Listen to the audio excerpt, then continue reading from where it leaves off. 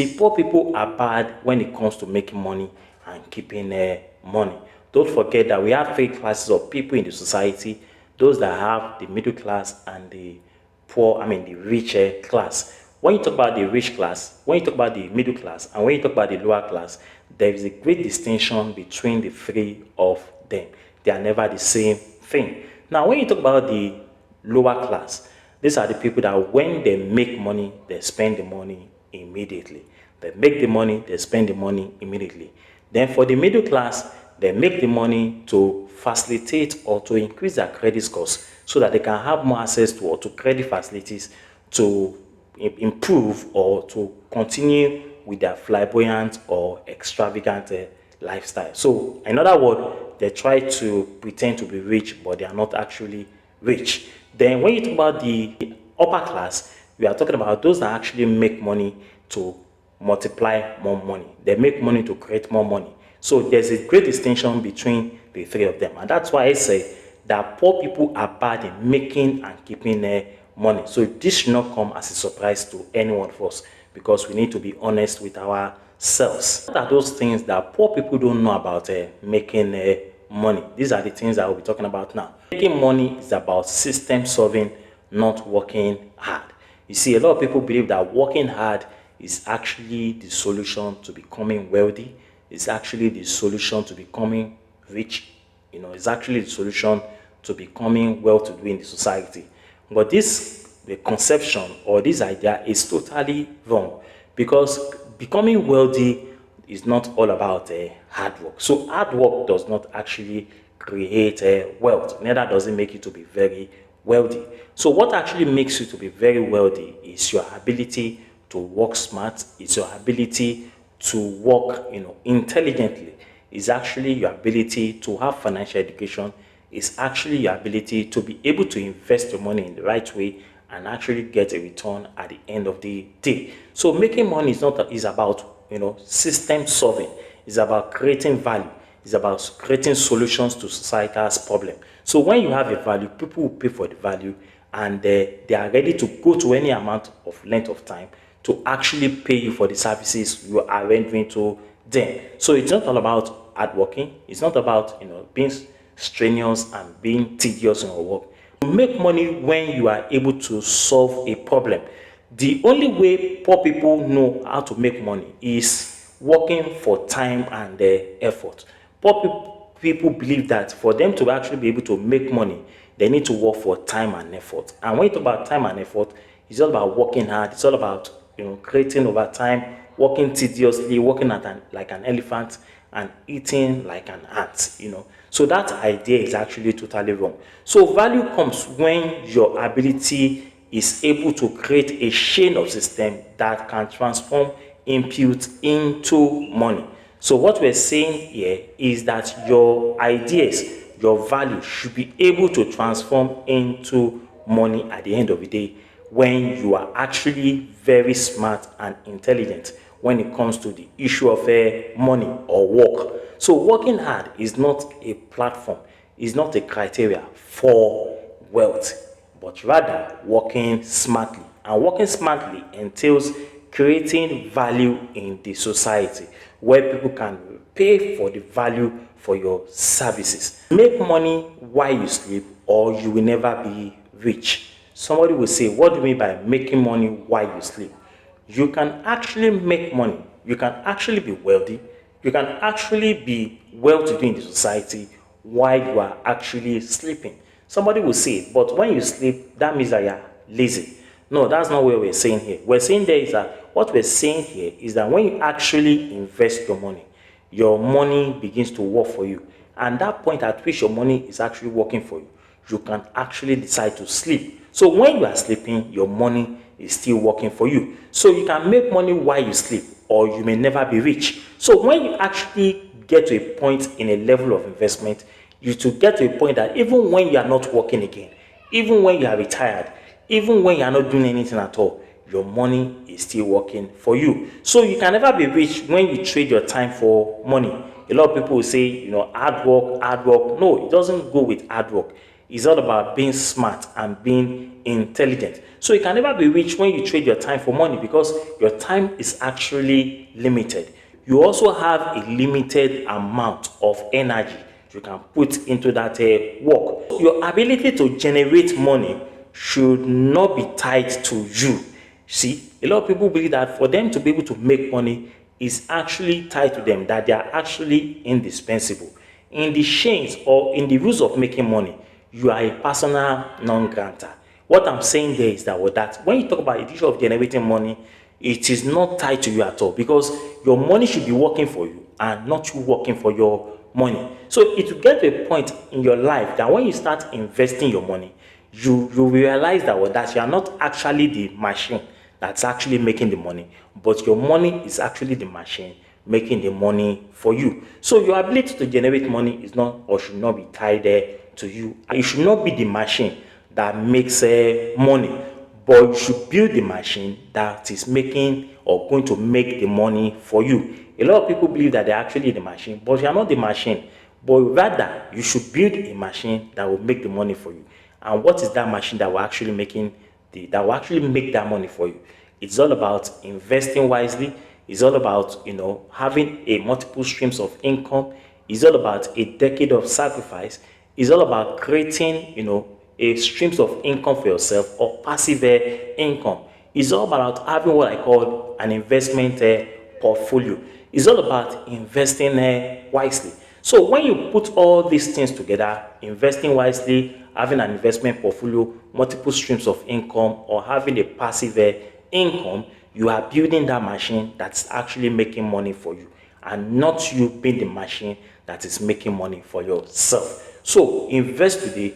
While you are investing, you are making that machine that is making money for you. So take control of your time, because your time is actually limited at the end of the day. It takes the same amount of effort to make small or big amount of money. Once you are able to solve a problem, you may as well be able to solve the one with the biggest reward. What we're saying here is that a lot of people don't know that it takes the same amount of effort to make something big or to make a big or a small amount of money. What do I mean by that?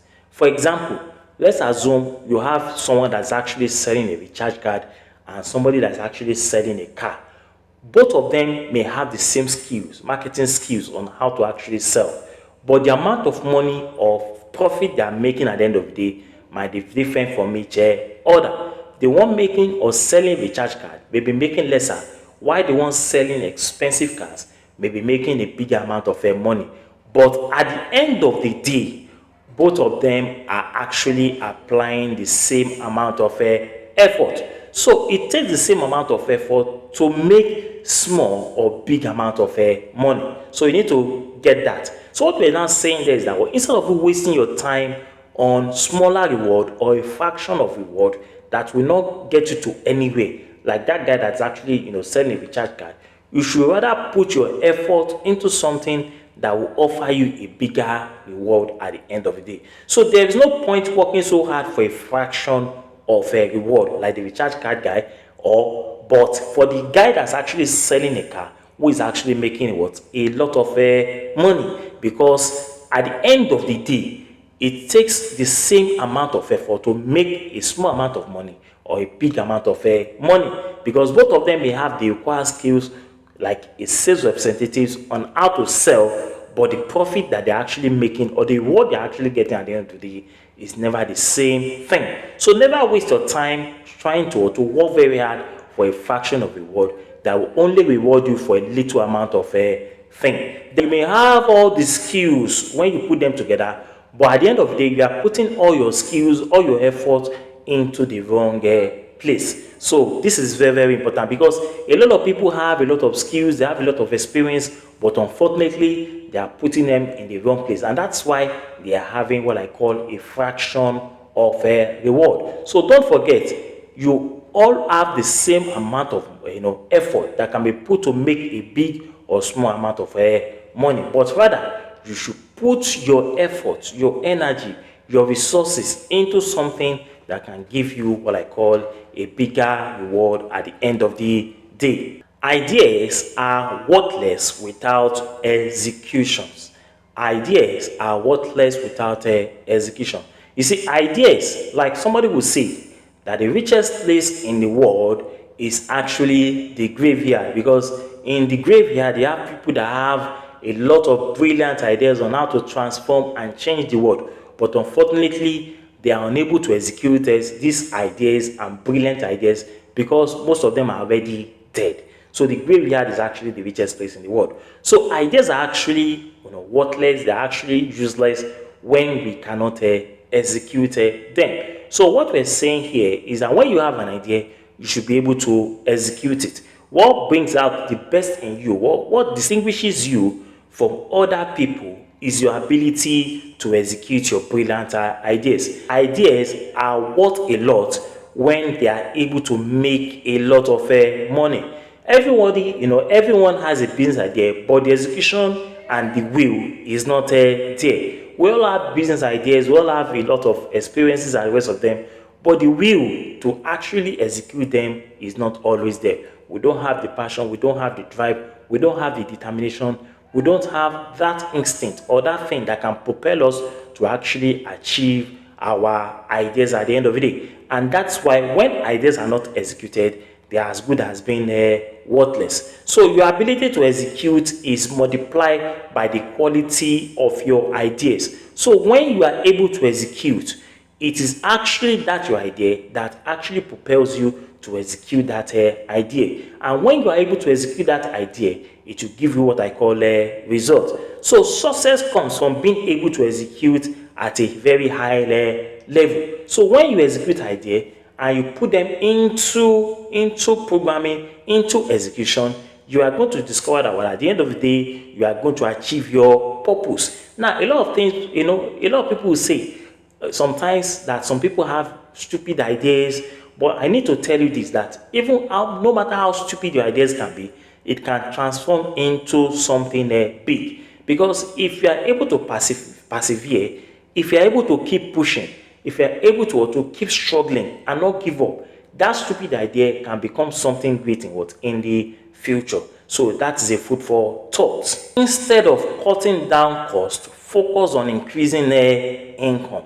You see, I could remember some time ago, I know some people that if they want to buy, for example, a devika of rice, maybe they call it 5,000 naira. They don't care. They can go to Ibadan or go to Osun State or go to Oyo State to go and buy a rice that is 4,900 naira. Because of 100 naira, they can walk a long distance looking for where they can actually get a rice that is more cheaper than 5,000 naira. You see, this system, this idea is penny wise, pound foolish. Do you know that that time you are using to look for a cheaper rice, that you're using to look for something that is more cheaper, that time you will have used to execute a lot of things in your life. Instead of cutting down your cost, why not focus on how to actually increase your income? Instead of looking for a cheap rice, instead of looking for a cheap product for one place or the other, you can use that time to increase your income, because while you are busy going all around there, you are wasting your time. So time is very, very valuable.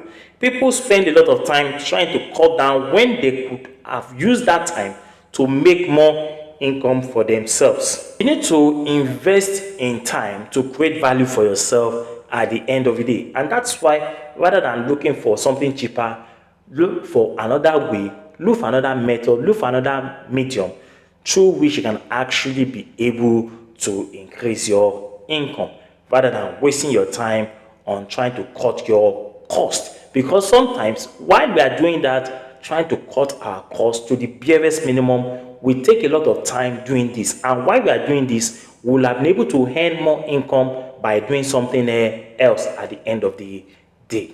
Passive income is worth more than worked income. Passive income is worth more than what we call worked income. What do I mean by passive income? When you talk about passive income, we are talking about side income that comes apart from your primary source of income. like you have an investment portfolio, like you have, or you create what we call a multiple streams of income. What you are doing here is that we are creating what we call a passive income. But a lot of people cannot even distinguish between a passive income and a worked income, because at the end of the day, passive income has more advantage than a worked income, which I'm going to tell you now. You see, when you are actually engaged in a work income, your time, your energy, your resources, everything about you is tied to that same job. You don't have any time for yourself. They tell you the time to resume. They tell you the time to to close. You take instruction from your boss. You write in a memo. You do this. You do that. You understand? So everything about you, even on weekend, you go to work. On Sunday, you go to work. Every time you are always in the office, working and working and working. But at the end of the day, you make money fine. But for someone that has a passive income, he has more advantage than you that has what we call a worked income. Because for the person that has the passive income, his time is what? Unlimited. It's not tied to anything. It's not tied to an office. It's not tied to a chair. It's not tied to any instruction from the boss. It's not preparing a memorandum or a memo. It's not doing this. It's not doing that. It doesn't have a time he has to resume in the office. It doesn't have a time to close. It doesn't take instruction from anybody, but rather his money is working for him. And that's why we say that passive income is worth more than a worked income. So income is dependent on you being able to show up. You see, so when you are doing what we call a worked income, it is dependent on your ability to actually show up in the office at every time. But passive income comes to you no matter what. So even when you are not working, you are having your passive income, you are gaining more, you are collecting more, you are gaining more profit at the end of the day. So what income will require your time and effort? So if you are actually working as a worked income, it will require your time and effort. So with passive income, you can live up to your life without being shamed down by worked income. Nobody is directing you, nobody is giving an instruction, nobody is your boss. Your money is working for you. You are the boss of yourself. I am making money every time. So passive income compounds over time than the paid income. Now that paid income we are talking about here, or a worked income, anything can happen to you at any time. You could have an accident, you could have a disability, you could lose your job, anything can happen. But with a passive income, nothing can ever happen to you, because you have a multiple streams of income. Even when one income fails, the other one is still there working. So under passive income, you have more advantage than what we have a worked income. So worked income, you are tied down, you are chained down. But for passive income, you have the freedom, you have the independence, you have the what it takes to do whatever you like with your money, because at this point in time, your money is actually working for you. Over 50% of your income should go towards a investment. That is number 7. Over 50% of your income should go towards a investment. What do we mean by this? We're talking about commitment. We're talking about being disciplined. We're talking about being pragmatic with your money. We're talking about being smart with your money. We're talking about a situation where, like, when you get your money at the end of the day, you should be able to give a large chunk of your money towards a investment. You cannot escape the VAT race. If you save 5 to 10% of your income, it cannot buy you what I call financial freedom. So if you are in the category of people that are actually still saving money, still saving your money every day, still saving your money every month, still saving your money every year, you are going to realize that when inflation actually comes like a thief in the night, your main money does not have any value. Over the years, money will always lose a value. But when money loses value as a result of inflation, it is not affected. There's something that will not affect that money. And that thing that will not affect that money is your investment. So when inflation comes in, when inflationary trends goes up and there's a high cost of living, if you are insured by investing your money, you can be rest assured that your money will always create value for you in the midst of inflation.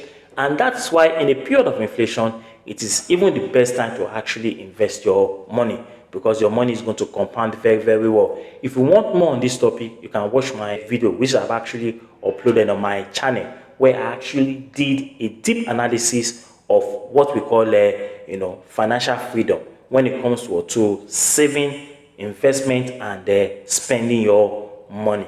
Money saved over a long period of years is not a lot of money. That is number 8.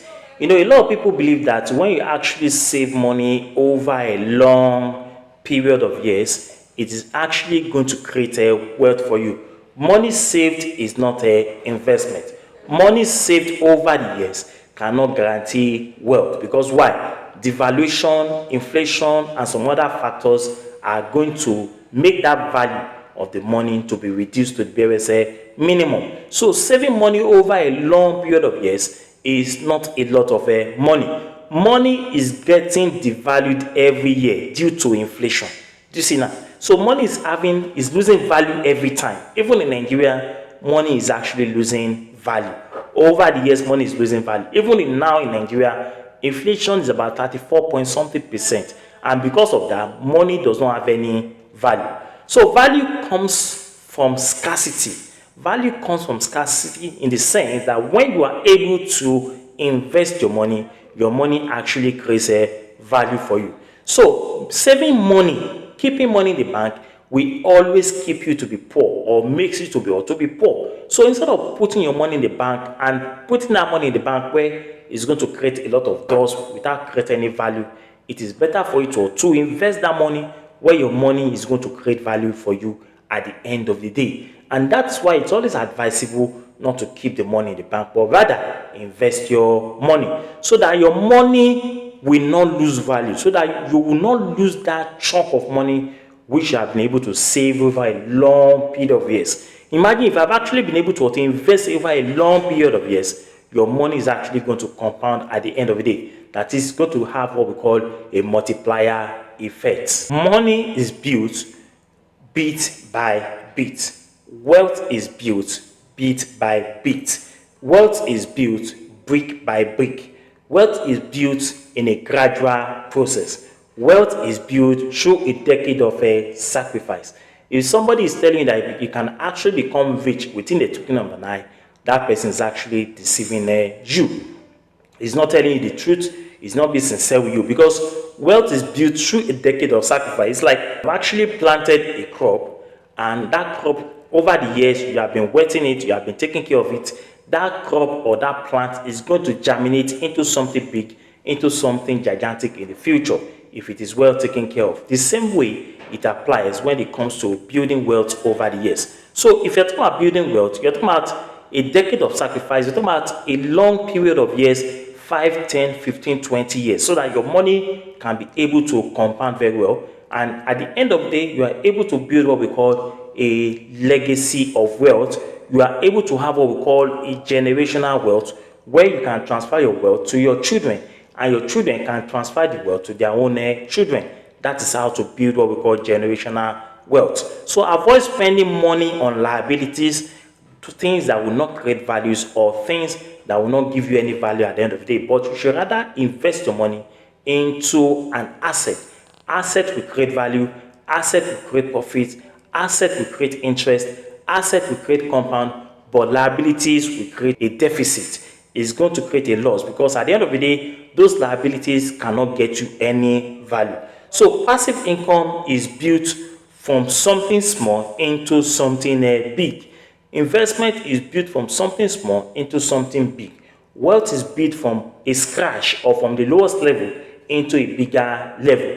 When you start investing your money, it looks very small, it looks very minute, but if you are able to consistently continue over the years, it's going to have a compound for you at the end of the day. Never borrow money that does not go towards making more money. What are we saying here? A lot of people actually borrow money for insignificant things, or things that does not have value. For example, some people can actually borrow money to buy cars. Some people can actually borrow money to look, extravagant, to look flamboyant, to look rich.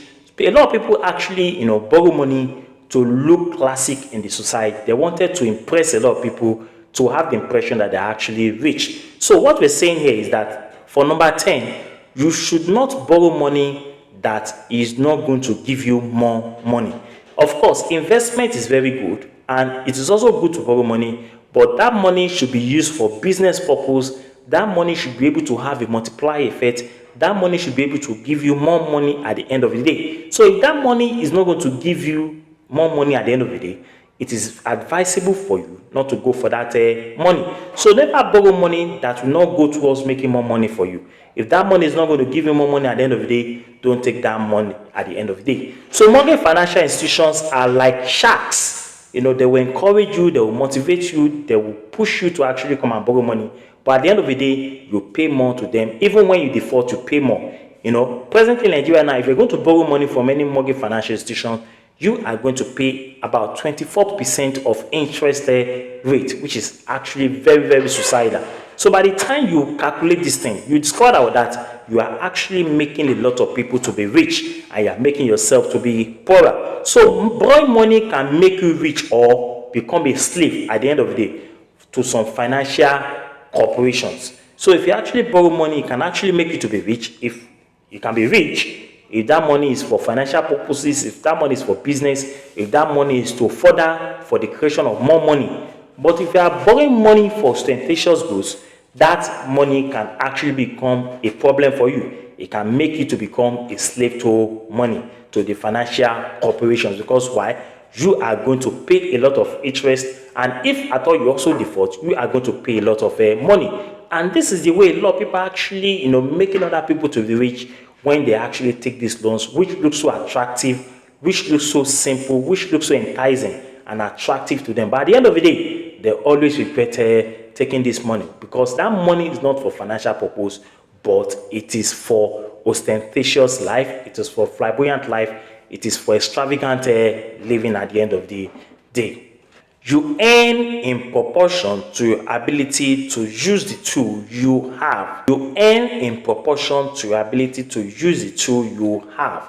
You see, what am I talking about here? You see, a lot of people, they use expensive things. For example, you buy an iPhone. I know someone that actually buy an iPhone of 1.2 million naira.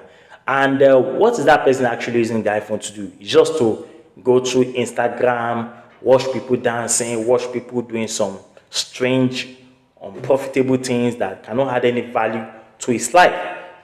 And at the end of the day, you realize that person has actually, not made a very good decision when it comes to buying such a particular thing. Now, apart from that, you see that a lot of people also go to the internet to watch things that can actually entertain them, which is very, very good, sometimes. But in most cases, people don't watch things that can actually add value to their life. Like what we're talking about now, people don't watch them, they don't have time. They always want to watch things that can actually entertain them. Whereas the wealth, the riches, the splendor is actually in things like this on YouTube and some other social media platform. So we have a lot of people, making use of tools, but we don't know how to use them. We have a lot of people that are actually using these tools, but they don't know how to actually use them. They use the social media platform, but they don't know how to actually use them. They are meant to generate value for our existence. You see, when you talk about social media and other social media platforms, they are meant to generate value for our existence. So if you're actually the type that is actually watching social media for entertainment and the rest of them, of course it's very good. But on the other hand, you should be able to add value to your life by watching the social media. So YouTube and other social media platforms are tools that we can learn or use to create skills for ourselves, to actually build ourselves up at the end of the day, rather than consuming our time on things that can never add any value to our life. So the question is, do we use the social media to create value, or we use the social media to consume our time? So the answer should be that we should use the social media to create value for ourselves, rather than using social media to consume our time. Keeping money is harder than making money. You see, this point is very, very, you need to pay very good attention to it for you to be able to understand what I'm trying to talk about here. Keeping money is harder than making money. You see, keeping money is very, very hard than making money itself. Why do I mean that by that? What do I mean by that? You see, keeping money is not very easy. Only few people actually know how to keep money, compared to a lot of people that actually spend this money at the end of the day. And don't forget that is what actually distinguishes the rich from the poor. The poor do not know how to keep money, but they rather spend the money. The rich, they know how to keep the money and also how to make the money. So most people believe that making money is hard, you see. But unfortunately, making money is not hard. But what is really hard there is your ability to keep the money you have actually made. So keeping money is hard than making money. So only few people know how to keep that money when they get that money. Only few people. So how do you keep the money? You keep the money by investing the money. You keep the money by using that money to work for you. You keep the money by making the money to compound for you. You keep the money by making profit with the money. You keep the money by creating a multiple streams of income. You keep the money by creating what I call a passive income. So a lot of people actually make money, but they end up spending the money. So they don't know how to keep the money. So you can actually keep the money by investing your money, buying portfolio investment, buying stocks, buying rental estate, and some other mediums like that.